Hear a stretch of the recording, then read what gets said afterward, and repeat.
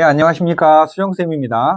오늘 드릴 말씀은요, 2022학년도와 2023학년도의 수능 수학은 뭘 가장 많이 출제했을까라는 내용인데요. 이 내용들은 학부모님들은 듣기에 좀 거북할 수도 있으니까 여러분의 자녀에게 꼭 이 유튜브 전달해 주시고요. 저도 제 학원에서 우리 아이들을 수학을 가르치는데 어떤 것에 포커스를 맞춰야 될까를 생각해 보다 보니까 작년, 그리고 작년 9월 평가원, 재작년 수능 기출 문제를 한번 열어봐서 어떤 게 중요하고 중요하지 않는지를 분석해 놓으려다 보니까 이 내용 여러분에게도 전달해 드리면 좋겠다라는 생각이 들어서 단원별로 어떤 내용이 출제됐는지를 한번 정리해 봤습니다. 특히나 혼자서 공부한다는 학생들은 어떤 내용이 중요한지 중요하지 않는지 모른 채로 막 공부를 하거든요. 하나씩 살펴보면 수학원에는 지수로그 함수, 삼각함수, 수열 이렇게 3개의 단원이 있고 여기서 11문제가 출제되죠. 지수로그 함수에서는 작년에는 거듭제곱급 문제가 중상 정도 난도로 출제됐고요. 우리 모두 아는 것처럼 1, 2번 문제의 지수로그 계산 문제는 항상 배치되고요. 로그 계산도 있었고 중요한 킬러 문항 혹은 고난도 문항으로는 지수로그 함수의 그래프를 여러 개를 그리거나 직선 같은 거 그려서 연립하거나 교점 찾거나 이런 그래프에 관한 문제가 항상 아이들의 발목을 잡는 문제였다는 점을 여러분들이 알아두시면 좋겠습니다. 그리고 작년에는 로그 방정식 간단한 계산 문제도 출제가 됐었어요. 수원의 삼각함수는 2개년 정도 교과과정이 개정되고 나서는 출제 유형이 거의 고정화됐고 여기에 없는 9월 평가원에서도 비슷한 패턴으로 출제됐는데 삼각함수의 값을 구하는 문제 하나 출제했고요. 탄젠트의 그래프, 유독 탄젠트를 좋아하는지 탄젠트의 그래프와 관련된 계수를 구하는 문제, 그리고 마지막으로 활용단원에서 원에 내접하는 사각형이나 반지름을 구하는 문제 같은 게 꼭 하나가 출제가 됐다는 사실이죠. 특히 삼각형하고 원을 활용하는 문제가 난도가 은근하게 한 12번 정도대 높아요. 그래서 60점대, 70점대 초반인 학생들은 이 부분을 집중적으로 연습을 하고 이 도형 안에서 사인 법칙이나 코사인 제이 법칙을 이용할 수 있는 노력을 해야 되겠고요. 수열에서는 먼저 등차 등비에서 간단한 A와 D, A와 R, 등차 등비 수열의 일반항 문제는 기본적으로 하나 출제하죠. 그리고 시그마 시작할 때 계산되는 시그마 계산 공식이나 부분 분수 같이 소고형 시그마 계산 문제도 하나 꼭 넣고요. 마지막에 킬러 문항으론 점화식 문제를 14번이나 15번쯤에 항상 넣죠. 근데 이 점화식은요, 어떤 멋진 방법으로 푸는 게 아니라 제시문의 상황을 이해해서 하나씩 하나씩 열거해 보거나 어떤 상황인지 모를 때는 가정을 해가면서 답을 구하는 추론형 문제가 항상 킬러 문항으로 출제된다는 사실이죠. 이 문제 여러분들도 되게 맞추고 싶어 하는데 실제로 만나면 약간 벽을 만나는 느낌 같은 그런 느낌이 있어요. 우리 수험생들에게.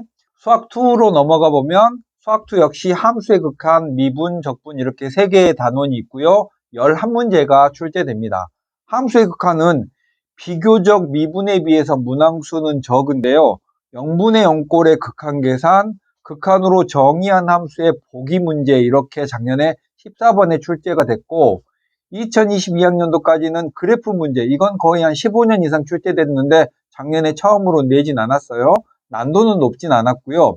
연속함수를 만드는 문제나 극한으로 정의된 함수를 추론하는 문제처럼 보통 14번, 22번 이렇게 킬러 문항에 가깝게 함수의 극한의 표현을 이용해서 함수를 추론하는, 새롭게 정의한 함수를 추론하는 문제들을 변별력 문항으로 많이 냈습니다. 함수의 극한은 문항수가 적다 보니까 고난도 문항으로 한 문제 정도는 꼭 끼워서 출제하는 경향이 있고, 아무래도 수학의 꽃은 미적분이잖아요. 그래서 수학2가 문제도 작년에는 무려 5문제나 출제됐는데 작년에 출제된 건 곱의 미분, 곡선 밖의 점에서 그은 접선, 극대극소, 방정식, 부등식, 접하는 상황을 어떻게 해석할 거냐라는 22번 문제. 22번 문제는 제가 여기서 이런 문제야 라고 설명하기는 조금 어려우니까 여러분이 문제를 한번 살펴보셔야 되는데, 미분 단원이 수투의 주력이다 보니까 활용 단원도 고르게 출제됐고요. 이거 이외에도 극대극소나 속도 가속도와 미분 단원도 있고 증가감수도 있죠. 그래서 매년 보면 여기서 돌아가면서 출제합니다. 작년에 출제는 증가함수하고 실근을 가질 조건이었는데 올해는 접선, 극대극소, 방정식과 미분 등 주요한 도함수의 활용 단원에서 작년에 내면 올해 안 내고 올해 내면 내년에 안 내고 이렇게 얼터너티브한 상황으로 매년 출제 경향이 이루어집니다. 수학2의 적분은 미분에서 많은 문제를 내다 보니까 역시 3문제 정도 출제됐는데요. 기본적인 부정적분 계산하는 문제 하나, 넓이에 관한 문제 하나, 작년하고 올해가 비슷하게 냈네요. 두 그래프의 넓이를 이등분하는 개념을 이용하는 문제, 움직인 거리 공식. 여기까지 출제되고 나면 한두 문항은 꼭 미적분 결합 문제를 출제합니다. 미적분이 결합됐다는 건 뭐냐면 함수를 줄 때는 적분의 형태로 정적분으로 정의된 함수를 주고 미분의 증가감소나 극대극소와 연결된 개념. 그러니까 이런 부분들은 약간 고난도 문제고 여러분이 80점 이상 정도 점수가 나온 학생들이 도전해 볼 만한 문제인데요. 형태 자체가 적분으로 주고 미분을 묻기 때문에 굉장히 생소할 수 있죠. 그래서 이런 부분은 미분과 적분의 각각의 개념이 튼튼한 학생들이 맞출 수 있는 이런 문제가 되겠습니다. 여기까지가 수학 공통 문항이고요. 확통으로 가보시면 교과 과정이 바뀌면서 확통은 8문제가 고정 출제되잖아요. 그래서 경우의 수, 확률, 통계에서 작년에는 중복순열 문제 하나, 경우를 나누어 세는 문제 하나, 이항계수 찾기 문제 하나, 경우의 수를 3문제 출제했고요. 재작년에는 함수의 개수 문제하고 중복조합의 조건을 나누어 계산하는 문제는 이 중복조합은 수능의 오랜 테마예요. 거의 매년 출제를 하다가 작년에 한 번 쉬었어요. 그리고 이항계수 찾기는 최근에는 간단한 문제 정도로 빵점 방지형으로 내는 문제고, 확률에서는 재작년은 출제를 한 문제밖에 안 했고 작년에는 합사건의 확률, 조합으로 계산하는 확률, 조건부 확률에 경우를 제시된 상황을 보고 여러분이 경우를 하나씩 나누어야 되는데 이 경우를 나누어서 생각하는 것 자체가 좀 어려운 일이죠. 그리고 통계는 보통 정규분포를 그간에는 많이 출제하다가 교과과정이 개정되면서부터는 연속 확률 변수의 그래프를 작년과 재작년 연속해서 출제했고요. 재작년에는 이항분포의 기호, 이항분포 n, p 기호 하나 냈고 신뢰도를 추정하는 문제가 통계의 끝단원이어서 여기는 이해가 매우 어려운 대신에 이해만 되면 지문에 있는 숫자를 갖다가 넣으면 되는 정도의 계산형 문제인데 이해 자체가 어렵기 때문에 학생들이 많이 포기하는 단원입니다. 포기하지 말고 하세요. 자, 다음 미적분으로 가보면 미적분도 8문제를 내다 보니까 출제되는 문제가 다 고만고만해요. 주요한 5개 문항 정도는 2년 동안 출제의 유형이 거의 고착화됐다는 거죠. 0분의 0꼴의 극한이나 로그하고 결합된 로그 지수 삼각함수의 0분의 0꼴 극한 문제를 작년에 간단하게 맞춰라 라고 한 게 출제됐었고 재작년에는 무한대분의 무한대꼴 극한이 출제됐네요. 그리고 등비수열의 극한에서 A와 R을 구하는 여러 개의 등비수열을 결합해서 그 결합한 수열의 등비수열의 공비를 구하는 그런 문제, 등비급수의 활용 문제와 피타고라스의 정리는 얘는요. 몇 년 전에 한번 출제를 거르고 도형의 활용 문제가 18년 연속 출제됐어요. 사실 국민 테마죠. 이 단원이 출제된다는 사실을 아는데 학생들은 이걸 못 넘는 학생이 있고 이걸 넘어선 학생들은 이걸 출제하지 않으면 섭섭할 정도의 문제죠. 그리고 얘와 버금가게 자주 출제되는 게 삼각함수의 극한 활용 문제입니다.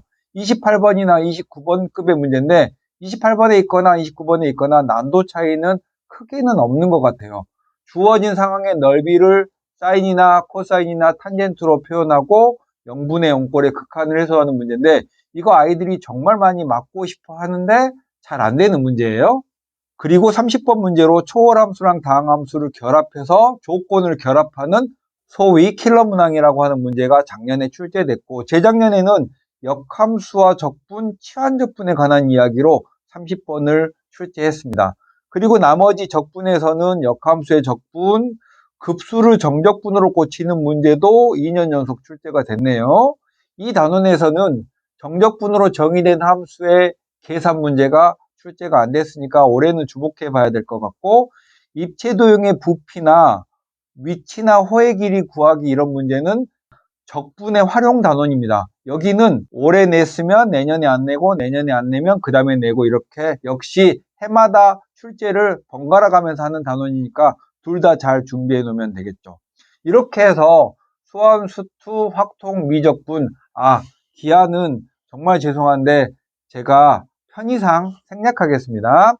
총평을 하자면 출제 경향을 분석하는 건요, 점수가 저조한 학생들이 빨리 상승할 때 출제 경향에 나온 그런 문제들을 집중적으로 연구하는 게 한 60점대 학생이 80점대 올라갈 때까지는 가장 좋은 공부 방법이고, 80점을 넘어서서 84점, 88점 이 정도 되는 학생들은 킬러 문항 중에 한 문제 정도를 잡는 노력을 하면 됩니다. 100점을 목표로 하다 보면 탈이 나는 경우도 있어서 그런 학생들은 엄밀하게 80점을 넘어간 학생들은 신유형 문제를 기존의 기출문제와 5대5 정도로 5대5보다는 한 4대6 기출문제에 조금 더 포커스를 맞추면 됩니다. 킬러 문항을 잡겠다고 노력하는 것까지는 좋은데 킬러 문항을 잡는다고 시간을 뺏기면 여러분이 기초 실력을 탄탄히 하는 시간을 뺏기다 보면 수능시험에서 생각과 다른 어이없는 결과를 맞으니까 아는 걸 틀리지 않겠다라는 전략이 수능에서는 더 우선이고, 그날 좋은 운과 좋은 컨디션으로 새로운 신유형 문항, 킬러 문항을 잡겠다는 게 두 번째 전략이 되겠습니다. 나머지는 여러분이 속한 학원에서 여러분의 선생님들과 열심히 배워가시기 바랍니다. 수정쌤이었습니다. 안녕.